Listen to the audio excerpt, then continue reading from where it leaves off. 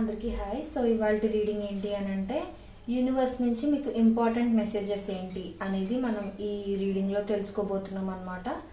And మీలో ఎవరికైనా personal readings కావాలంటే డిస్క్రిప్షన్ చెక్ చేయొచ్చు. ప్రైజెస్ చాలా రీజనబుల్గా ఉంటాయి. అండ్ ఇది టైమ్లెస్ రీడింగ్ అండి. సో ఈ రీడింగ్ మీ కళ్ళ ముందుకు ఎప్పుడు వచ్చినా సరే అది మీకు కనెక్ట్ అవుతుందంటే అది మీదే అని అర్థం.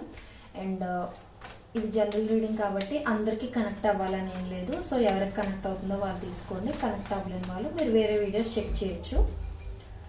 ఫోర్స్ఫుల్గా మీకు కనెక్ట్ చేసుకోవాల్సిన అవసరం లేదు.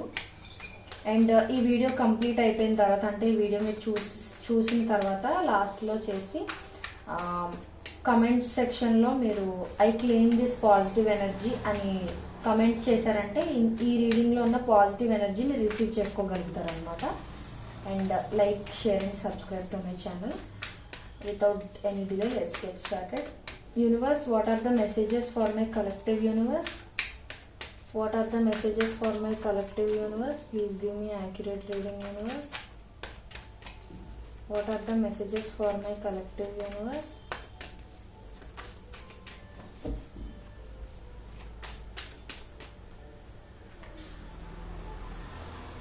What are the messages for my collective universe? What are the messages for my collective universe?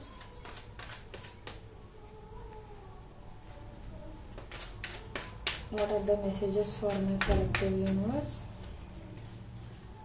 Please give me accurate reading, universe. One more, universe.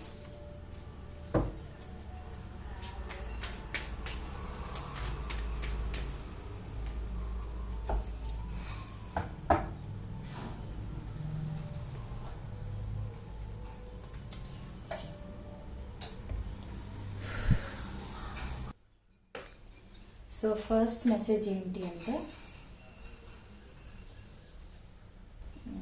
Messages తీసి అప్పుడు చెప్తా.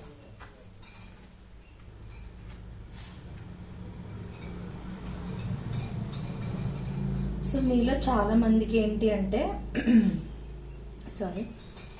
ఫినాన్షియల్గా ఈ కమింగ్ డేస్లో కొంచెం ఇబ్బంది ఉండే ఛాన్సెస్ ఉన్నాయి. సో మీరు ఒకవేళ కానీ ప్రస్తుతం మీ దగ్గర డబ్బులు ఉన్నాయని అంటే కొంచెం సేవింగ్స్ చేసుకోవడానికి ట్రై చేయండి.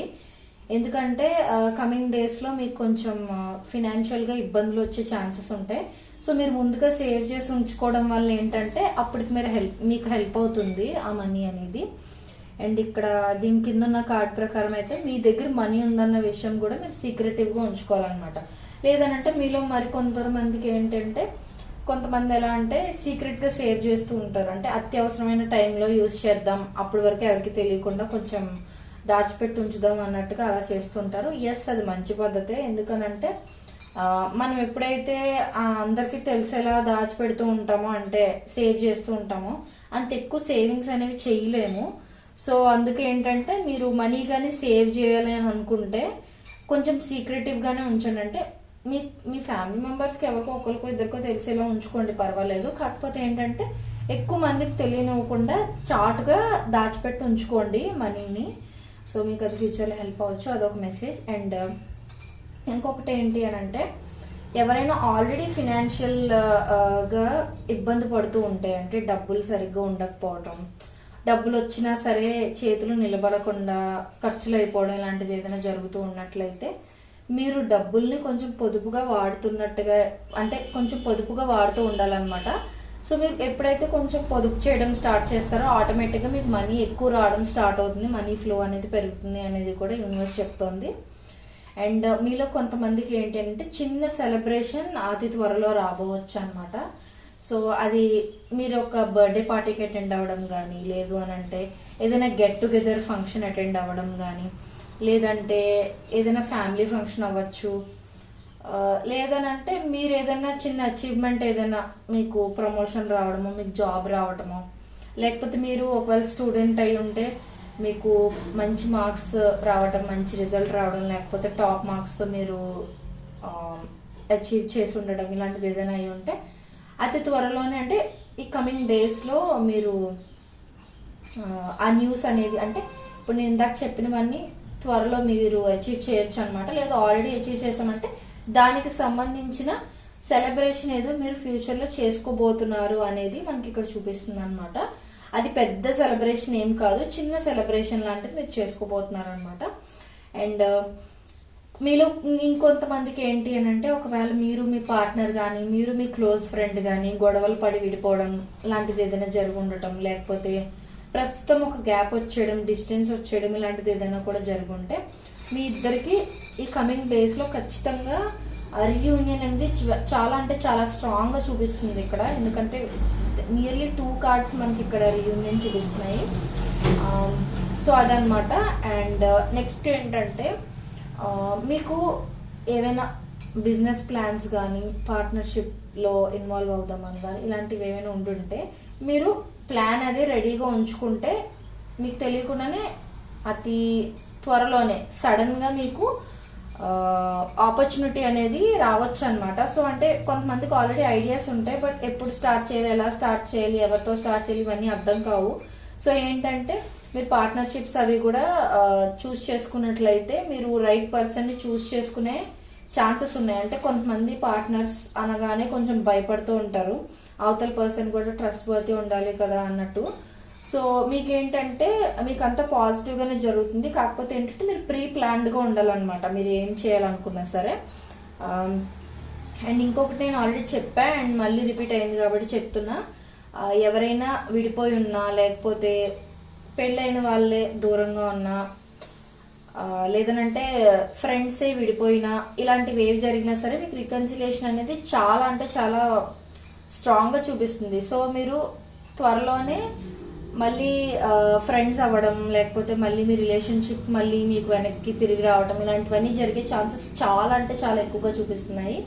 అండ్ ఇన్ కేస్ మిమ్మల్ని ఎవరైనా బాధ పెట్టుంటే, లేకపోతే మిమ్మల్ని హర్ట్ చేశారు కానీ వాళ్ళు మీకు కనీసం ఒక రెస్పాన్సిబుల్ గా కనీసం ఒక సారీ కూడా చెప్పకపోవడం ఇలాంటిది ఏదైనా జరుగుంటే, ఎస్ వాళ్ళు ఖచ్చితంగా మీకు సారీ చెప్పడానికి త్వరలో రాబోతున్నారు అనమాట.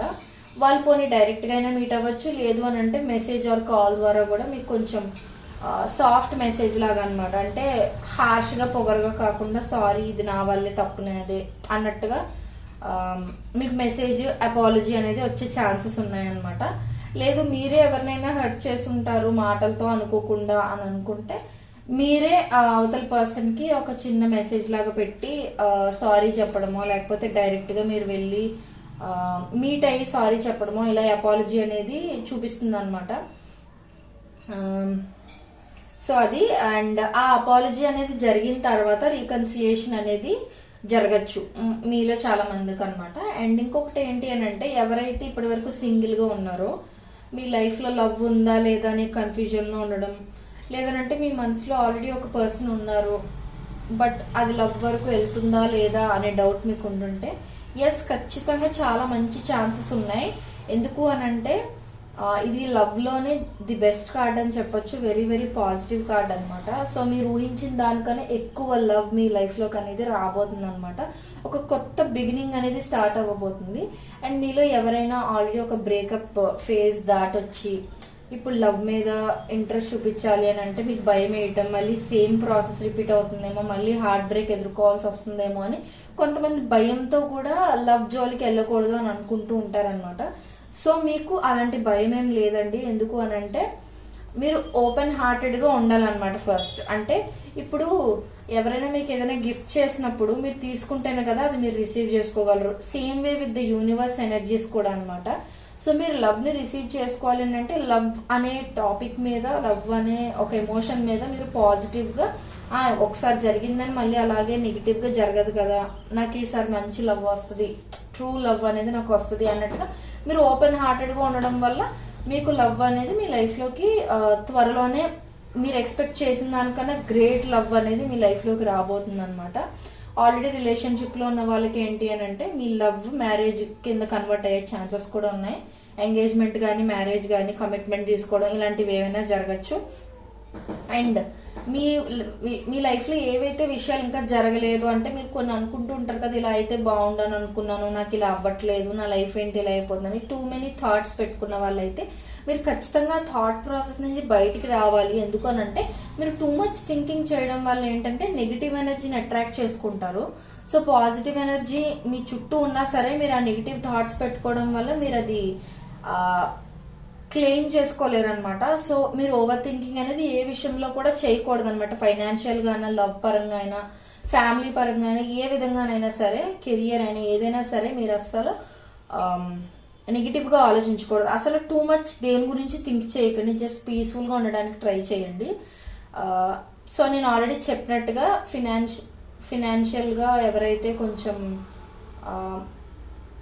ప్రాబ్లం ఫేస్ చేస్తున్నారో మీరు కొంచెం మనీ సేవ్ చేసుకోవడానికి ట్రై చేయండి.